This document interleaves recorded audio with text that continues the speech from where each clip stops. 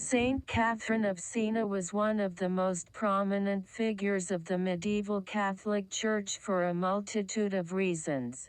Her prayer life is somewhat mysterious, seeing that I was unable to find any articles talking about it, but based on her prayers that she wrote, it's safe to assume it was based around her trust and willingness to follow God in every way. Her spirituality was characterized by her belief and trust in God that He has a plan for her and she must abide by it.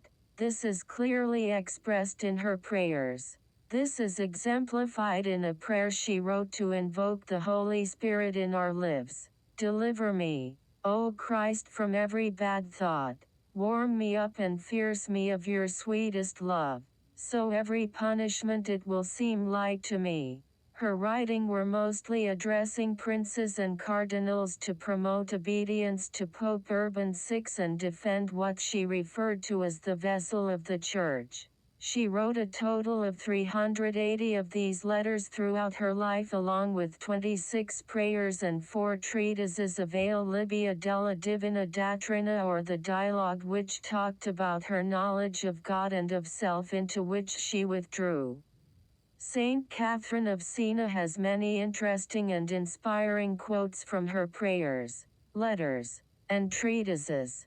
The quotes mainly focus on one's ability to achieve heaven or persist through times of difficulty.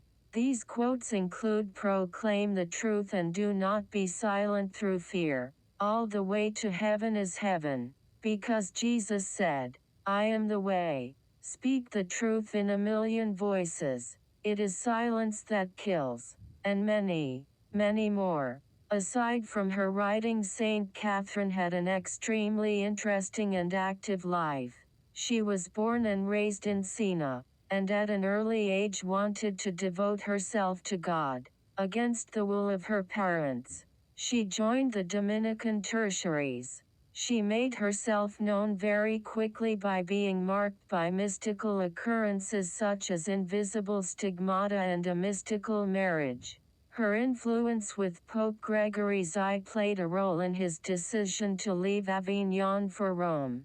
She was then sent by him to negotiate peace with Florence. After Gregory XI's death and peace concluded, she returned to Siena. She dictated to secretaries her set of spiritual treatises, the Dialogue of Divine Providence. The Great Schism of the West led Catherine of Siena to go to Rome with the Pope.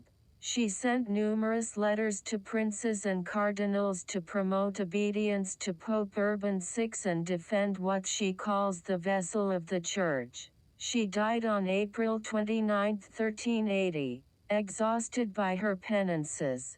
Urban VI celebrated her funeral and burial in the Basilica of Santa Maria sopra Minerva in Rome.